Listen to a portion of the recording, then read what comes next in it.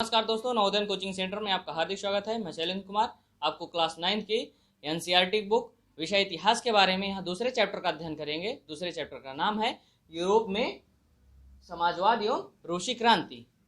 इस चैप्टर की बात करते हैं तो इसमें पहली हेडिंग की जो आती है सामाजिक परिवर्तन का युग।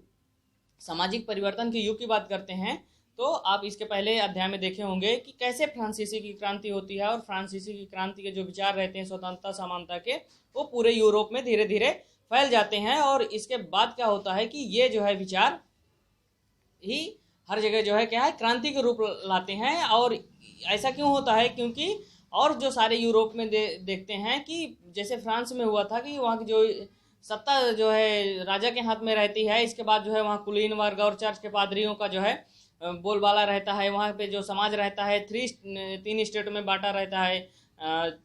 तो इसके वजह से देखेंगे कि कैसे वहाँ के जो है लोग जो है क्रांति लाए और वो विचार समानता स्वतंत्रता की वहाँ कैसे सरकार बनी।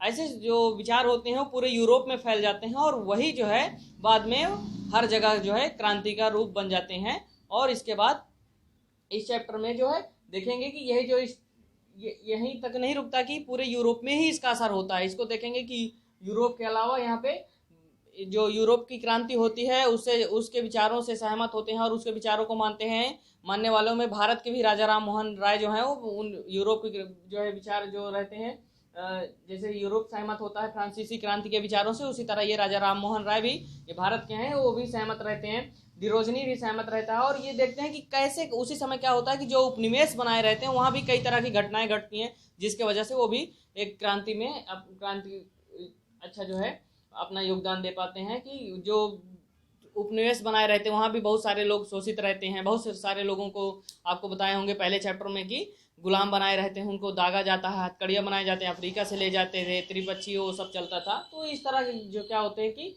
जो फ्रांसीसी क्रांति होती है वो पूरे यूरोप में अपना जो है एक चिंगारी का काम करती है। यहाँ पे हम आते हैं कि कैसे जो है सामाजिक परिवर्तन होता है यूरोप में।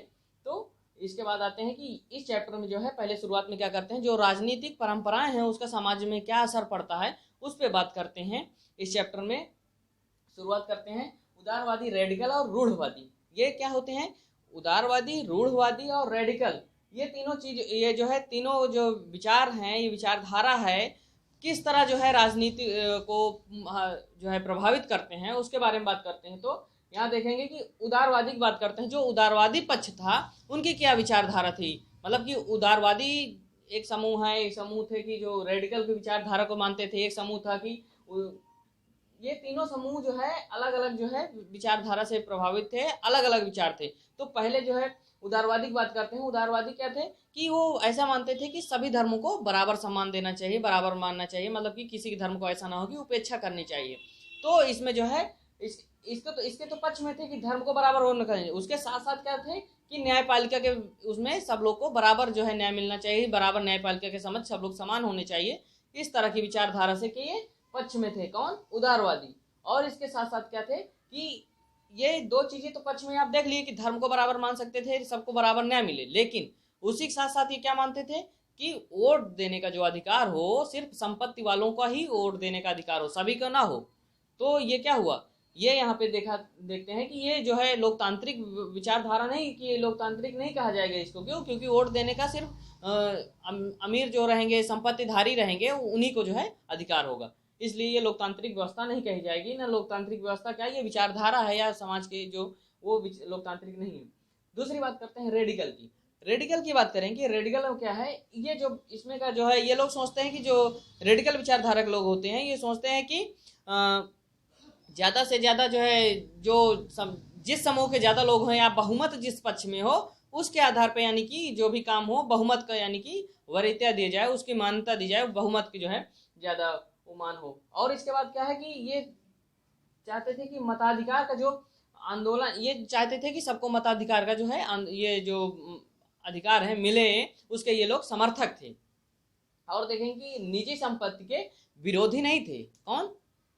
रेडिकल निजी संपत्ति के विरोधी नहीं थे, लेकिन ये नहीं चाहते थे कि किसी भी एक भी व्यक्ति के पास सारी संपत्ति हो या बहुत सारी संपत्ति हो, ऐसा नहीं चाहते थे। कि चाहते थे कि संपत्तियों का जो भी बहुत ज़्यादा जिसके पास हो सही रूप से बंटवारा हो और सब लोग क्या है आराम से अपना रहे उस विचारधारा के समर्थक थे। कौन? रेडिकल। इसमें देखेंगे मताधिकार के ये पक्ष में थे, इसके बाद निजी संपत्ति के विरोधी नहीं थे, लेकिन संकेंद्रित के विरोधी थे। ये विचारधारा जो थी ये जो है उदारवादी के विपरीत थी। अब हम आते हैं, पहले बता दिए उदारवादी, रेडिकल, अब आते हैं रूढ़वादी। जो रूढ़वादी विचारधारा के लोग थे तो वो क्या थे कि इन दोनों विचारधारा के, मतलब कि रूढ़वादी जो थे रेडिकल और उदारवादी दोनों के खिलाफ थे। वो क्या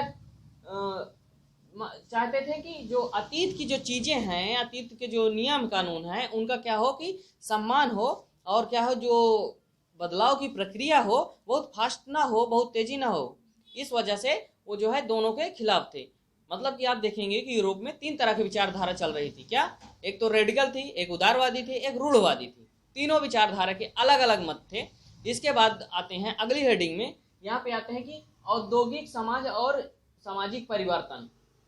औद्योगिक समाज और सामाजिक परिवर्तन कैसे होता है यूरोप में, अगर इस बात की बात करते हैं तो यहाँ पे क्या होता है कि जो यूरोप में कैसे क्या क्या परिवर्तन होता है, क्या क्या चीजें रहती हैं, उस सारी चीजों का अगर बात करेंगे तो यहाँ पे देखेंगे कि विस्तार से एक जैसे यहाँ पे देखेंगे सामाजिक आर्थिक परिवर्तन कैसे हुए। जो अमीर लोग थे, बहुत सारे लोग जो उन्हीं के पास क्या है ज्यादा से ज्यादा कारखानों का स्वामित्व उन्हीं के हाथ में रहता है, तो जो है जिस तरह चाहते हैं वो कारखाने को चलाते हैं। और वहाँ पे मजदूरों को क्या स्थिति रहती है उसके बारे में बात करते हैं, तो वो ज्यादा से ज्यादा अपने आर्थिक स्थिति मजबूत करने की कोशिश करेंगे, मतलब कि मजदूरों को कम वेतन में काम कराएंगे।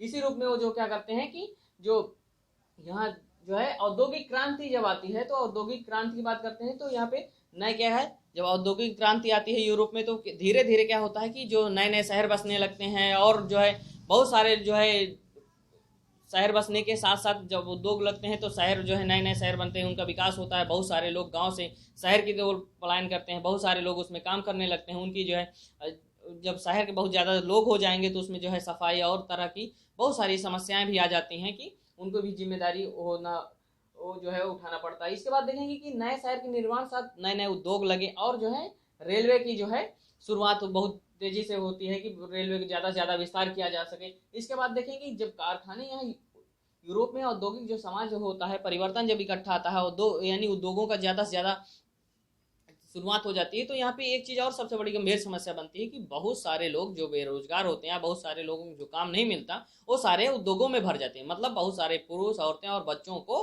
कारखानों में लाके डाल दिया जाता है। डाल दिया जाने का मतलब ये है कि उनकी मजबूरी होती है कि वो काम करेंगे, और इसके साथ साथ वहाँ पे क्या होता है कि कारखाने में तो ला दिया जाता है, इसके साथ साथ क्या है उनको बहुत कम मजदूरी दी जाती थी। और कम मजदूरी के साथ साथ उनका क्या होता था कि जब उद्योगों के या किसी सामान का कोई मांग कम हो जाती थी तो बेरोजगारी दर और बहुत ज़्यादा बढ़ जाती थी। ऐसे तो बेरोजगारी थी, इसी वजह से बहुत सारे भीड़ वहाँ पे इकट्ठे हो गए।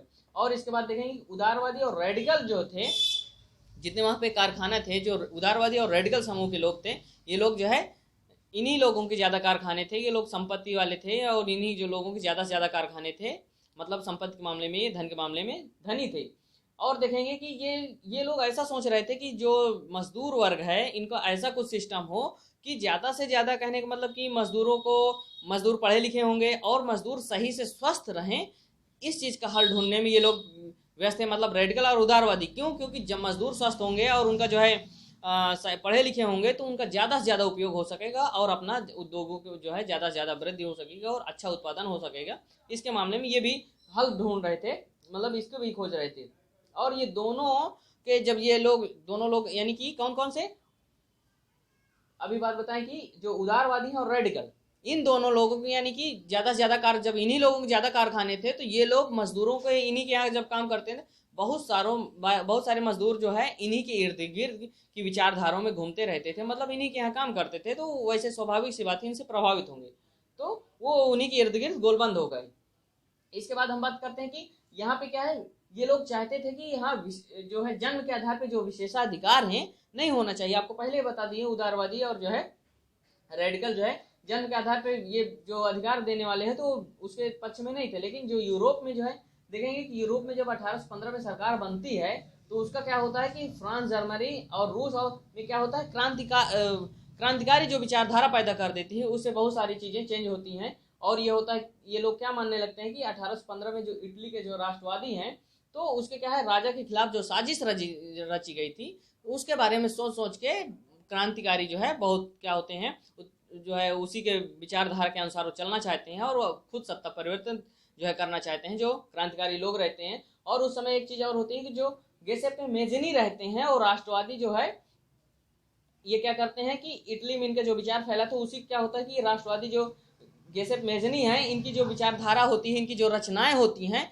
बहुत सारे लोग इनको पसंद करते हैं क्योंकि इन रचनाओं में उनके राष्ट्रवादी विचार मिलते हैं।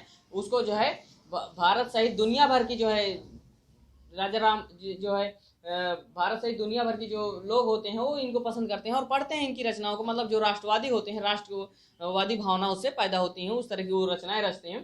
तो इसके बाद देखते हैं कि यूरोप में समाजवाद कैसे आता है। ये सब यानी कि क्रांतिकारी समाज में ऐसा माहौल तैनात हो जाता है कि क्रांतिकारी भावना पैदा हो जाती है। इसके बाद कैसे यूरोप में समाजवाद का आना हो जाता है। क्या होता है कि यहाँ यूरोप में देखेंगे कि स्टार्टिंग में क्या होता है कि उद्योगपति जो वहाँ पे यूरोप में धीरे धीरे जो है क्या होता है कि बहुत सारा जो है बहुत सारे लोगों को ये महसूस होने लगता है। बहुत जो भी यानी समाजवादी जो विचारधारा होती है सब लोगों के लिए आम बात हो जाती है, सब लोग इस विचारधारा से परिचित हो जाते हैं और सब लोग समाजवाद को जो है ये सोचते हैं कि समाजवाद जो है आने वाले समय का ही जो है मुख्य जो है विचारधारा होगी और आगे समाजवाद ही आएगा, ऐसा उन लोग को मानना था। और ज़्यादा से ज़्यादा समाजवादी इसके जो है जो थे वो सब अपना विचार फैलाए और इसी का असर क्या होता है कि बाद में जो है देखेंगे कि जो ब्रिटेन के एक उद्योगपति रॉबर्ट ओवन ये चाहते हैं कि यहाँ सामूहिक खेती को बढ़ावा दिया जाए। तो ये जो है इनकी विचारधारा की सामूहिक खेती को बढ़ावा जाए, क्यों? क्योंकि जब ऐसे बटे हुए रहेंगे तो उस तरह से खेती भी नहीं की जा सकेगी और जैसे जो जमींदार थे उस तरह खेती पट्टे पे दी जाती है, उस तरह के अलग अलग जो चीज़ें थी तो उनको ये पक्ष में नहीं थे कि चाहते थे कि इकट्ठा खेती और उसका जो लाभ मिले सबको बराबर मिले, इससे सभी का विकास हो सके। इस तरह के भी विचार आए। और बात करते हैं, अब देखेंगे कि यहाँ पे जैसे कि यूरोप में समाजवाद का जैसे आता है तो यहाँ पे जो विचारधारा है 19वीं शताब्दी की सदी के मध्य तक जो विचारधारा ये रहती है ये समाजवाद की पूरे यूरोप में फैल जाती है। और बहुत सारे लोगों को मानना यही रहता है कि जो भी यानी कि सारी समस्याओं की जो जड़ है वो संपत्ति है। इसलिए लोग चाहते हैं कि जो निजी संपत्ति है उसको हटा देना चाहिए, उखाड़ फेंकना चाहिए और इसके जगह पे क्या होती समाजवादी यानी पूरे पे समाज का कब्जा हो और ऐसा समाज बने जिससे कि पूरे समाज का ही पूरी सारी चीज़ें हो जाए, सब अधिकार हो जाए और जो भी लाभ मिले वो किसी एक व्यक्ति को ना मिले। जैसे कारखाना चले तो किसी एक व्यक्ति को ना मिले,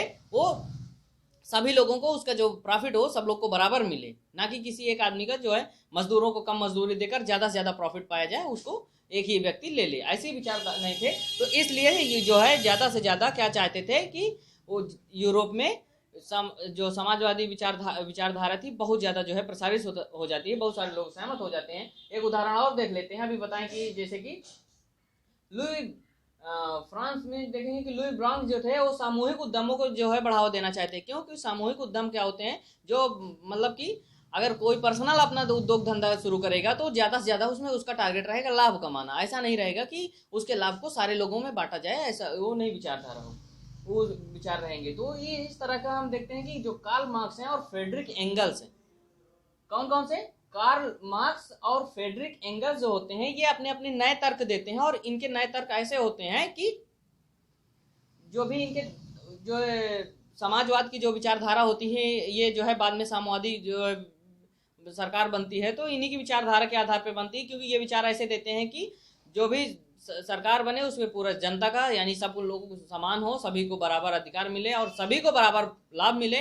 मतलब कि ये पूंजीपति जो है, पूंजीपतियों की जो औद्योगिक जो है समाज जो ये मानते थे कि पूंजीवादी समाज है, औद्योगिक समाज पूंजीवादी समाज है, इसलिए औद्योगिक समाज को जो है चेंज कर देना चाहिए यानी बदल देना चाहिए। ये चाहते थे जो पूंजी और निजी संपत्ति है, निजी संपत्ति का जो शासन चल रहा है उसे उखाड़ फेंक दें और इसके जगह पे साम्यवादी जो है विचारधारा पे, साम्यवादी यानी कम्युनिस्ट जो है सरकार बने, जिससे कि सभी लोगों का जो है क्या है कि बराबर जो है उसको प्रॉफिट हो, सब लोग सही से जो है उसमें जी सकें, रह सकें। और ये मार्क्स का मानना था कि जो कम्युनिस्ट सरकार है और कम्युनिस्ट समाजवादी विचारधारा है आने वाले समय में भविष्य के लिए यही जो है कारगर साबित होगी और यही विचारधारा चलेगी। इस आधार पर इन्होंने अपनी विचारधारा दी और वो पूरे यूरोप में फैल गई। इसके बाद क्या होता है, समाजवाद के लिए जो समर्थन होता है वो देखेंगे कि 1870 तक क्या होता है, समाजवादी विचारधारा पूरे यूरोप में फैल जाती है। यहीं तक नहीं कि यूरोप में पूरे फैल जाती है, 1870 के दशक तक क्या होती, संस्था तक बन जाती है। द्वितीय इंटरनेशनल जो है संस्था बनती है, ये अंतर्राष्ट्रीय संस्था बन जाती है कि इस विचारधारा से। और इसके बाद देखेंगे कि ये इंग्लैंड, जर्मनी जो मजदूर होते हैं, वहाँ की जो कंडीशन होती है उसके आधार पे सारी चीज़ें यहाँ पे चर्चाएं होती हैं। और इसमें देखेंगे कि जो जो इंग्लैंड में और जर्मनी में और जो मजदूरों के जो काम के घंटे होते हैं उस समय बहुत मजदूरी की स्थिति अच्छी नहीं रहती है, तो क्या करते हैं कि मजदूरों को अगर देखेंगे तो काम ज़्यादा से ज़्यादा घंटा लेते हैं, उस ज़्यादा काम कराने की वजह से मजदूरों में भी संगठन बनने लगते हैं। और उस जो है संगठन बनने के साथ जर्मनी में देखेंगे कि क्या होता है कि सोशल डेमोक्रेटिक पार्टी बन जाती है। और इनके जो गहरे संबंध होते हैं किससे होते हैं, मजदूरों के जो संगठन होते हैं कहाँ पे, जर्मनी इंग्लैंड के। और इसके बाद जो ये चुनाव होते हैं, चुनावों में भी ये संगठन क्या होते हैं, अपना योगदान देते हैं, यानी मदद करते हैं। इसके बाद जो 1905 में देखते हैं कि ब्रिटेन में भी लेबर पार्टी बन जाती है।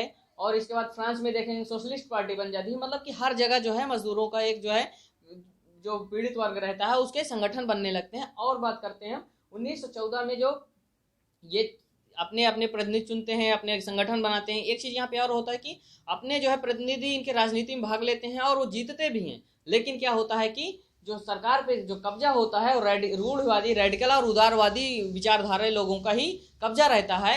ये साम्यवादी का जो है कब्जा नहीं होता। हाँ, इनके अधिकार के लिए कुछ कानून पारित जरूर हो जाते हैं, लेकिन इनका पूरी तरह जो है सत्ता नहीं स्थापित कर पाते हैं। 1914 तक की बात कर रहे हैं। अब इसके बाद करते हैं रूसी क्रांति। रूसी क्रांति बात करेंगे कि तो 1917 में अक्टूबर में जो क्रांति हुई थी, इसमें क्या होता है कि राजशाही का पतन हो जाता है। और इसमें जो है इसी क्रांति को अक्टूबर क्रांति के नाम से भी जाना जाता है। आगे बात करते हैं कि इस क्रांति को कैसे हुआ, क्यों हुआ, क्या क्या चीज़ें इसमें जो है घटनाओं को क्या जो है बातें जो है रही जिनकी वजह से ये रूसी क्रांति जो है फैली, उसको हम विस्तार से यहाँ बात करते हैं। रूसी साम्राज्य जो था 1914 में क्या था कि जार निकोलस द्वितीय का शासन था। और जार निकोलस जो था कि यही नहीं, रूस के आसपास पड़ोस में पूरा उसका शासन था। और इसके साथ साथ क्या था कि प्रशांत महासागर और मध्य एशिया में भी उसका पूरा जो है शासन था पूरे एरिया में। और इसके बाद जो है एक स्थिति यहाँ की जो है कि जो यहाँ पे लोग मानने वाले जो यहाँ कई धर्म के लोग थे उनकी बात करते हैं तो रूस में ग्रीक ऑर्थोडॉक्स चर्च से उपजी जो शाखा थी रूस में, वो कौन सी थी, ऑर्थोडॉक्स क्रिश्चियनिटी को जो मानने वाले जो लोग थे उनकी रूस में बहुत ज़्यादा संख्या थी। और उसके साथ साथ वहाँ कैथोलिक रहते थे, प्रोटेस्टेंट रहते थे और मुस्लिम रहते थे और बौद्ध भी रहते थे।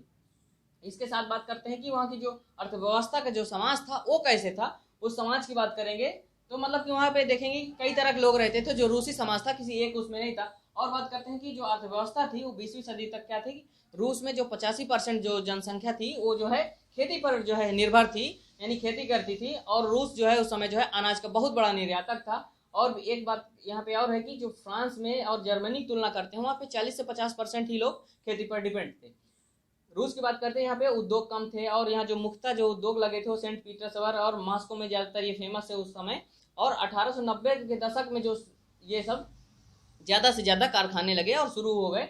और क्या होता है फिर यहाँ पे विदेशियों का निवेश शुरू हो जाता है। और यहाँ पे देखेंगे जो कोयला होती है उसकी वृद्धि दुगना हो जाती है, उत्पादन क्षमता दुगना हो जाती है, स्टील की जो है 4 गुना हो जाती है। और इस तरह देखेंगे कि 1900 में सन 1900 तक आते आते क्या होता है कि मजदूरों और कारीगरों की संख्या बराबर हो जाती है। इसके बाद देखते हैं कि यहाँ पे जो स्थिति रहती है, यहाँ पे उद्योगों जो है उद्योग निजी ज़्यादातर निजी लोगों के हाथ में थे। और जो कारीगर थे वो 15 घंटे तक लगभग काम करते थे। मजदूर थे 10 से 12 घंटे तक काम करते थे। गांव के जो संबंध थे इन लोगों के मजदूरों के, कुछ लोग तो पूरी तरह गांव छोड़ के आ गए थे, कुछ लोग तो यहीं जो है पूरी स्थायी रहने लगे थे। और इसमें योग्यता में भी जो मजदूर थे उनको योग्यता में देखेंगे, कोई धातु कर्मी थे तो वो दूसरे मजदूरों को देखते थे, वो अपने आप को साफ बुलाते थे। मतलब कि वो सोचते थे कि हमारे जो है काम में ज़्यादा प्रशिक्षण और निपुणता की ज़रूरत है। 1914 में क्या थे, जो औरतें थी उनकी जो संख्या थी मजदूर कारखानों में 31% थी, लेकिन उनकी जो मजदूरी मिलती थी पुरुषों की तुलना में बहुत कम मिलती थी। मतलब कि ये भी क्या होता है कि यही सब कारण होते हैं जो मजदूरों को हड़ताल करने पे मजबूर कर देते हैं। और हड़ताल जो होती है जो 1896-97 के बीच कपड़ा उद्योगों में हड़ताल होता है। और 1902 में धातु उद्योगों में हड़ताल शुरू हो जाते हैं। और किसान जो नवाब होते हैं वो सामंतों का किसान जो होते हैं वो नवाब और सामंतों का सम्मान नहीं जो है करते थे, लेकिन वो जार के प्रति निष्ठा की भावना की वजह से वो लोग उनको जो है मानते थे। और इसके बाद जो यहाँ पे देख रहे हैं कि फ्रांस जैसे स्थिति नहीं थी, यहाँ पे दूसरी स्थिति होती है। यहाँ पे मजदूर वर्ग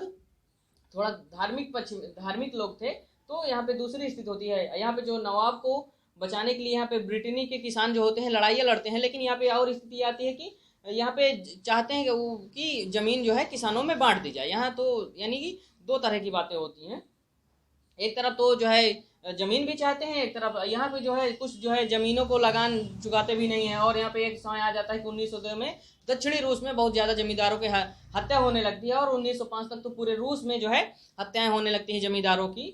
और जो है ये लोग क्या करते थे, अपनी किसान जो है कम्यून को अपनी ज़मीनें या मीर कहते थे इसको, ज़मीन सौंप देते थे और फिर वह ज़रूरत के हिसाब से किसानों को फिर बांटता था। तो यहाँ की स्थिति जो है फ्रांस से बहुत अलग तरह थी यूरोप में। और इसके बाद करते हैं रूस में क्या होता है। रूस में जो समाजवाद होता है वो 1914 से पहले तो रूस में सभी पार्टी जो थी गैर कानूनी मानी जाती थी। और यहाँ पे जो है मार्क्स के विचारों को मानने वाले जो रूसी साम्राज्यिक लोकतांत्रिक जो है पार्टी श्रमिक के गठन के लोग हैं, वो क्या है रूसी साम्राज्य को क्या करते हैं कि इसमें जो है रूसी श्रमिक पार्टी जो होती है इसको जो है गैर कानूनी घोषित कर देते हैं। और ये गैर कानूनी तो घोषित रहती है, लेकिन ये पार्टी क्या करती है, अखबार निकालती है और हड़तालों को जो है जब भी करती है पेपर के माध्यम से लोगों को सूचित करती रहती है। और जो 1900 में सामाजिक क्रांतिकारी पार्टी जो है बन जाती है, और वो जो क्या करती है सामाजिक लोकतांत्रिक, जो उस समय देखेंगे दो खेमा बनता है, एक सामाजिक लोकतांत्रिक खेमा रहता है जिसका लेनिन मुखिया रहते हैं, ये और ऐसे जो है लोकतांत्रिक जो है कुछ लोग सोचते हैं कि क्रांतिकारियों के पक्ष में ऐसे लोग नहीं रहते हैं, लेकिन कुछ क्या होते हैं दो खेमे होते हैं,